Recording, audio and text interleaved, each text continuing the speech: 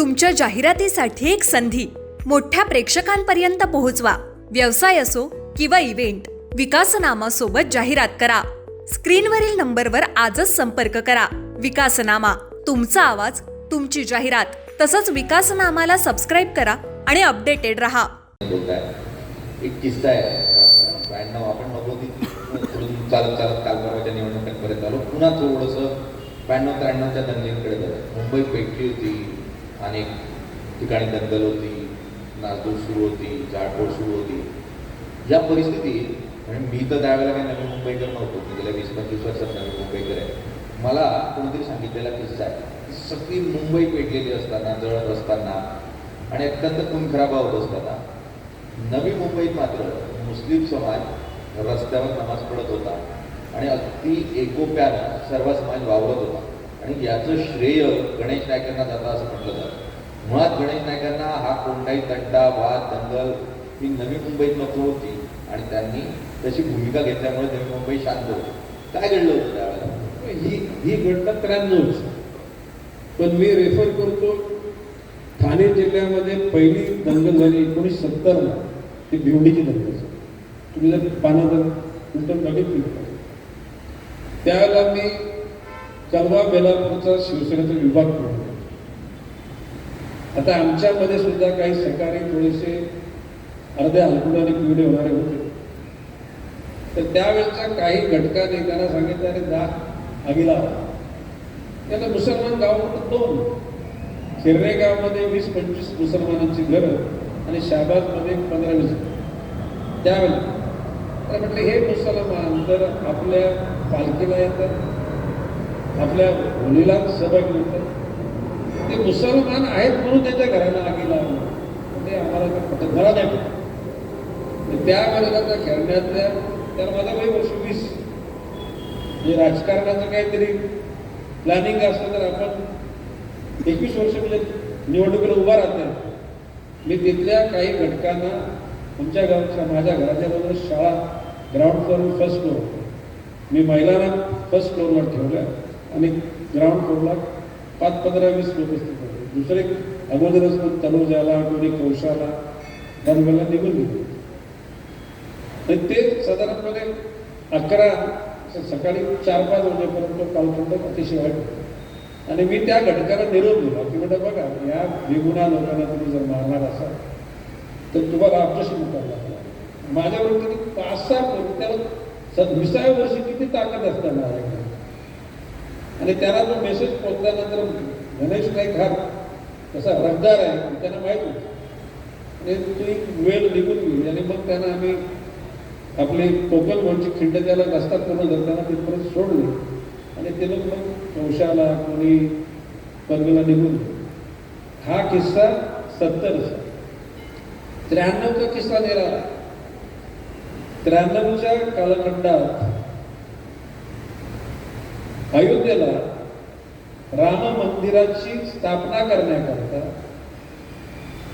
बाळासाहेबांनी आम्हाला सांगितलं, मनोज जोशी, पद्मनाभ नलावडे, सुधीर जोशी, सरपोतदार, मी, आनंदजी, रमेश मोरे, हे सगळे आम्ही विमानाने निघालो.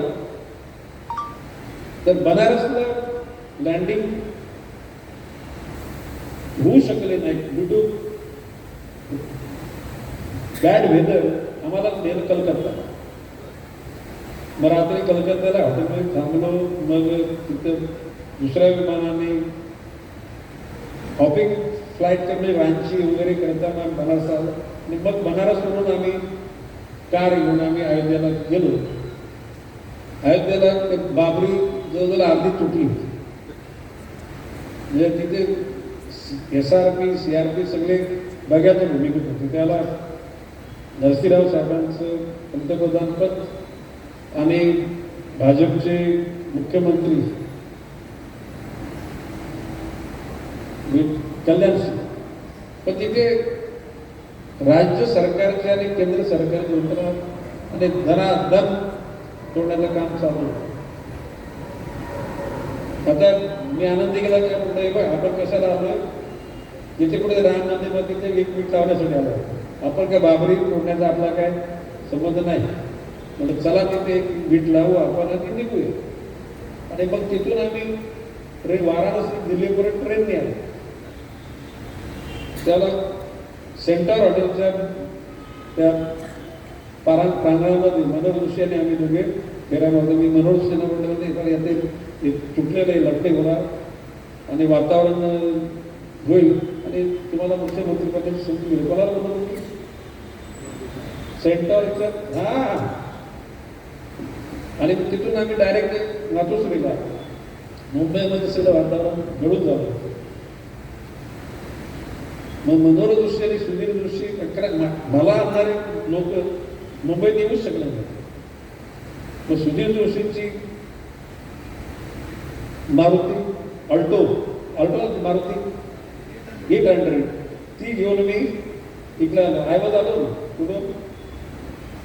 हा आणि तुम्ही म्हटलं की मुंबईमध्ये आगी लागल्या होत्या कुठं कधी, पण नवी मुंबईमध्ये शेवटी आगी लागणारे कोण आम्हीच होतो. जर ठरवलं तर आगी आम्हीच लावल्या असतं. जर आम्हीच विचार केला आगी नाही लावायचं तर दुसरा कोण लावणार.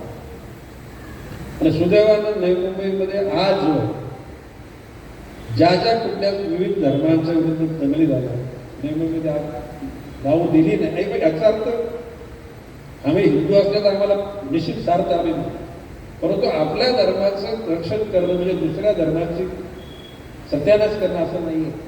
आपल्या आईचा सन्मान करण्याकरता शेजारच्या आईला शिव्या देण्याची गरज नाही. किंवा माझं असं म्हणणं आहे की आपण आपल्या आईचा सन्मान करण्याकरता शेजारच्या आईचा सन्मान केला तर शेजारी पण आपल्या आईचा सन्मान करेल, म्हणजे आपल्या आईचा सन्मान दुहेरी.